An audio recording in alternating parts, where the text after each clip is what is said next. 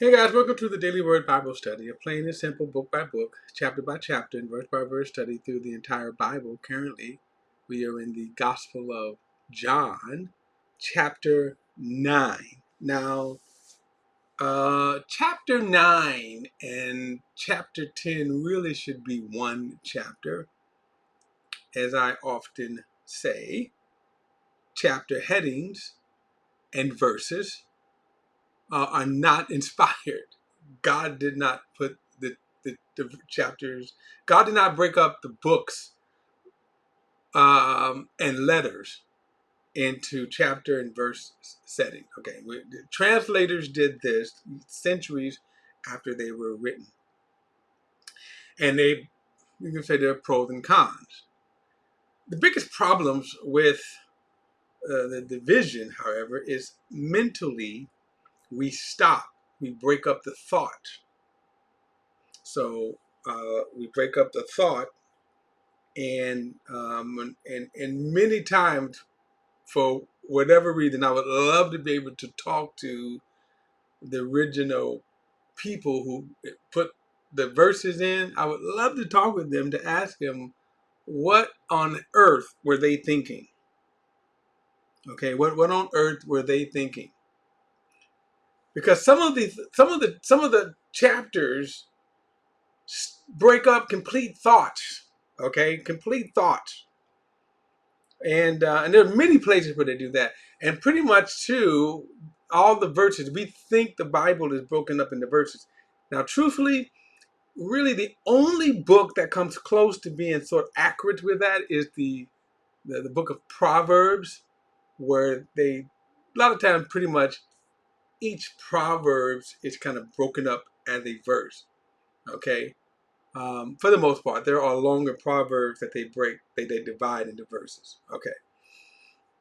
Now that said, again, to keep, you should. I would challenge you, encourage you to also just kind of read.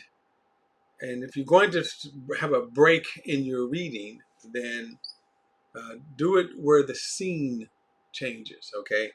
Again, the chapters. But so anyway, chapters 9 and 10 should be really one chapter, then one story.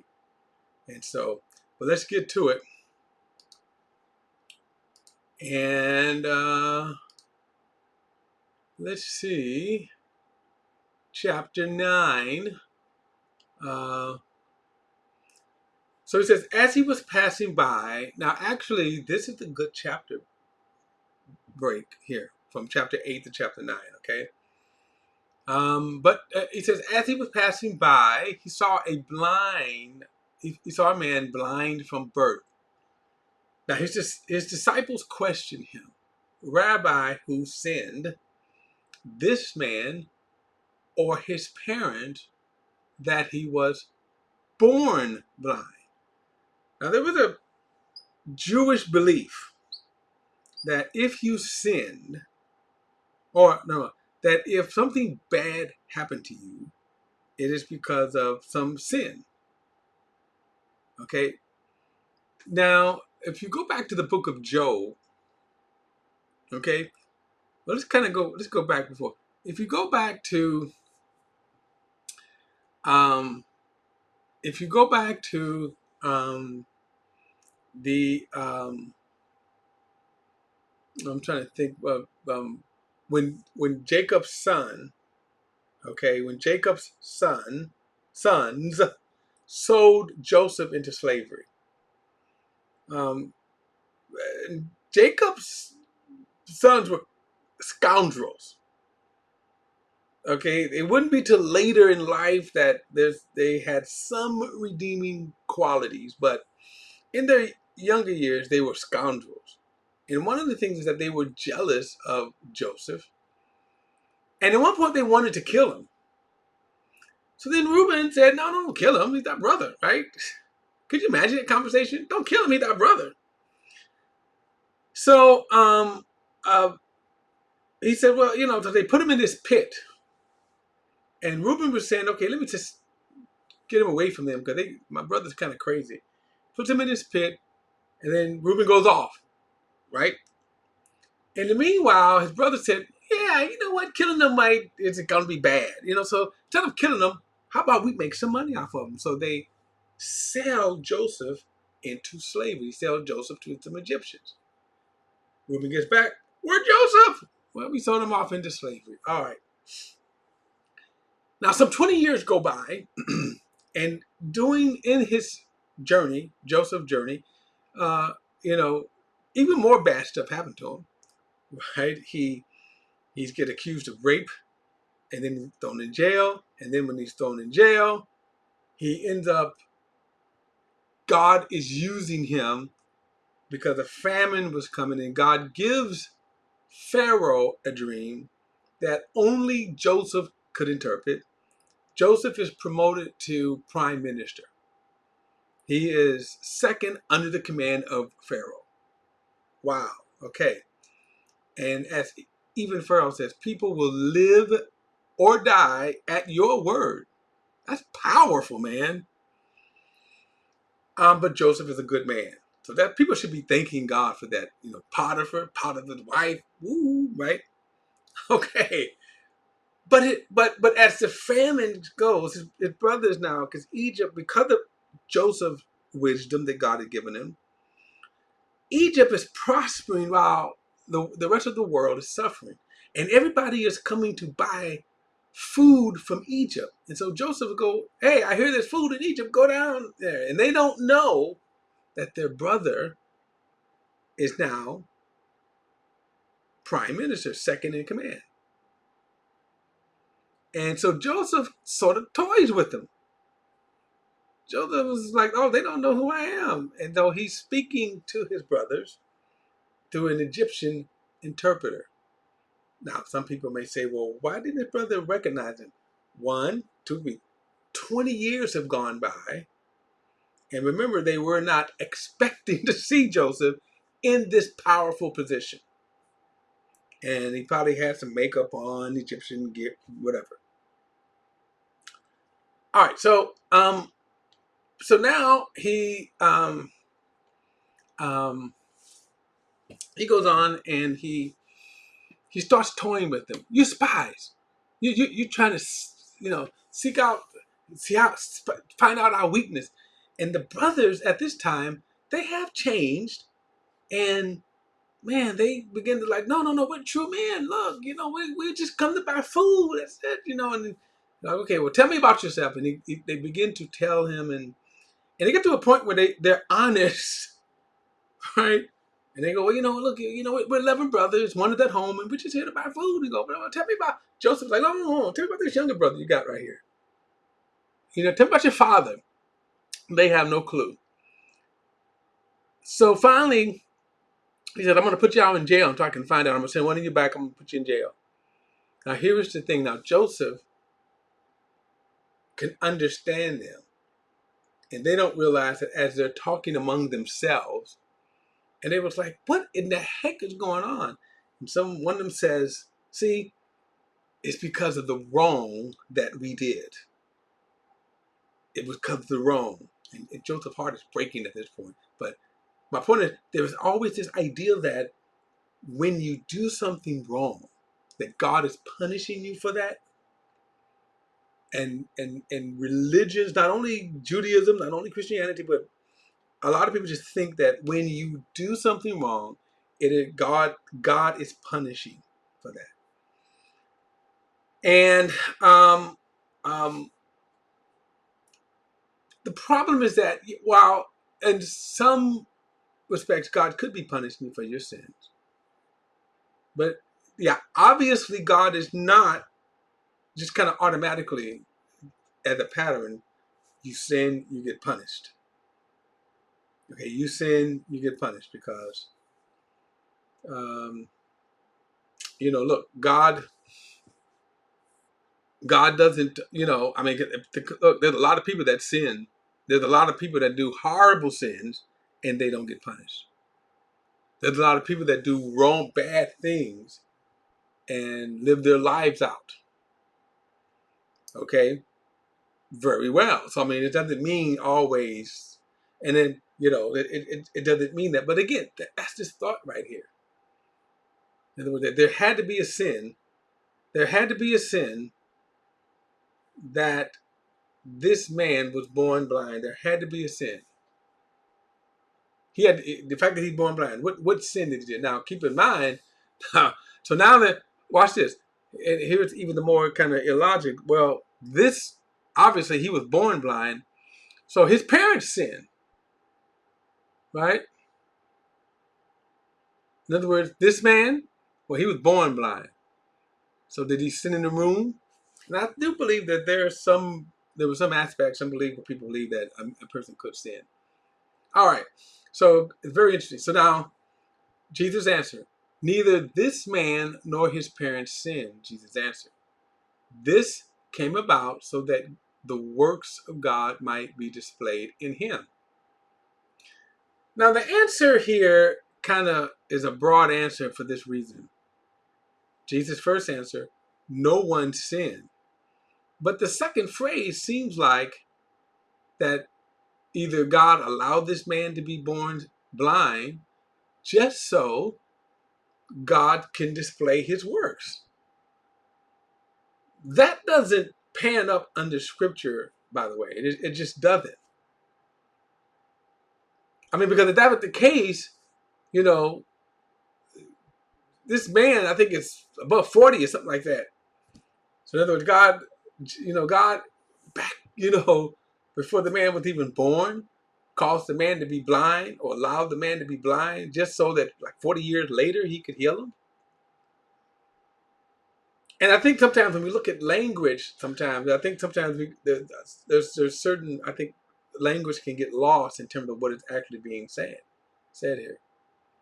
He said this came out so that God's works might be displayed in him, right? So I'm going to say, no, I don't believe Jesus is saying that the man's blindness for like 40 years, being born blind all his life for 40 years, just so God at the right moment could heal him. Because God could have caused his blindness, let's say, a year before and healed him. And if you're going to say that, then is God doing that in all cases? And certainly then he's not doing it in every case of blindness or sickness or death. Verse 4, we must do the works of him who sent us while it is day. Night is coming when no man can work. As long as I'm in the world, I am the light of the world. Now, of course, some of these statements, people don't know what the heck Jesus is saying. Okay. He says, and after he said these things, he spit on the ground, made some mud from the saliva, and spread the mud on his eyes. Now, and he said, go, he told them, wash in the pool of Siloam, which means sent. So he left and washed and came back seeing. Now this story right here, so this incident is going to unfold in very interesting. It's going to unfold. This becomes the story here that chapters 9 and 10 is going to be based upon. Just want to put that out there. But notice Jesus, he spits and he makes a mud pie. Now, if I'm blind, would you argue? Now, the man probably is blind, so he probably couldn't see what Jesus is doing. He probably can hear, but he doesn't see. But would you complain? So he left, he washed, and here is his act of faith. He actually washed. He went to the pool and he washed. And he told him exactly where to go to the pool of Siloam. Now, this pool is very interesting that Jesus tells this man, let me confirm here, that Jesus tells this man, okay, I thought it was the same pool in chapter 5, but it's not. Okay, I'll look it up further. But anyway, so he tells this man to go wash. So the man washed and he comes back seeing. So this sets the stage of the story. Verse 8. Now, his neighbors and those who formerly had seen him as a beggar said, "Isn't this the man who sat begging?" Now, at some point, which is interesting because they did not have government institutions that would take care of people. They did not have government welfare. They did not have government mental health facilities, government health facilities. So when you go up at the boy, at some point when you become an adult, it's like you're on your own. Well, what did the blind man do on his own? Well, somebody would take him, set him down at a certain location, and then he would beg. Okay? So the neighbors are saying, wait a minute. He said, isn't this the man who sat begging? Some said, he's the one. No, others were saying, but he looks like him. It kind of always shows you the mindset of people that even when they're seeing something right before them, how they could rationale out of existence. He looks like him. Well, no, he's a different person. Okay? He kept saying, I'm the one. Therefore, they asked him, then how were your eyes open? He answered, the man called Jesus made mud, spread it on my eyes, and told me to go to Siloam and wash. So I went and washed and received my sight. Where is he? They asked him. I don't know, he said. Then, they brought the man who used to be blind to the Pharisees. And that day that Jesus made the mud and opened his eyes was on the Sabbath. So the Pharisees asked him how he received his sight. He put mud on my eyes, he told them. I washed and came and see. Therefore, some of the Pharisees said, this man is not of God, for he doesn't keep the Sabbath. And by the way, they didn't keep the Sabbath either. Again, the hypocrisy, the hypocrisy of this of them was just unbelievable. Okay, so the fact that he healed a man that was born blind is not enough for them. He actually heals him. Okay, and they're saying he's not of God. So now you have to ask yourself, what would you attribute the works to then? The man being blind. Everybody saw this. Remember, people witnessed this. And of course, the man saying, look, I'm he. So, verse 16, then some of the Pharisees said, this man is not of God, for he does not keep the Sabbath. But others were saying, how can a sinful man perform such signs? And there was a division among the people. Yeah, good question. How can a sinful man, and let me just say this, does the devil heal? Let me just say this, no, he doesn't. Verse 17, again, they asked the blind man, what do you say about him since he opened your eyes? He said, he is a prophet, he says. The Jews did not believe this about him, that he was blind and received sight. Typical skeptic tactics. He says, until they summoned the parents of the ones who had received his sight. And they asked him, is this your son, the one you say was born blind? How then does he now see? Again, it's very interesting, right? It's just kind of amazing, right? Just amazing. How does he see? You say he's your son. You say he was born blind. The Pharisees knew that. Everybody kind of passed by, saw him being born there. Everybody saw that. Verse 20, we know that this is our son and that he was born blind, his parents answered. But we don't know how he now sees, and we don't know who opened his eyes. Ask him, he is of age. He will speak for himself. Okay? Now, I'm going to stop here and I'll pick up with the story right here because it gets fascinating. This story it's fascinating, okay? If you remember back in chapter 5, remember I was trying to look for that story there, if it's the same pool, I don't think it is. But when Jesus healed the man in chapter 5 of the pool, that man showed an unbelief even though he was healed. Remember, he went to the kind of sided with the Pharisees. When we pick it up next time, you're going to see this is a very fascinating story. All right, don't forget to like and share this video and subscribe to BP the Bible Perspective. And as always, if you have a thought or comment, add it to the comments below. All comments are welcome. I'll see you in the next study.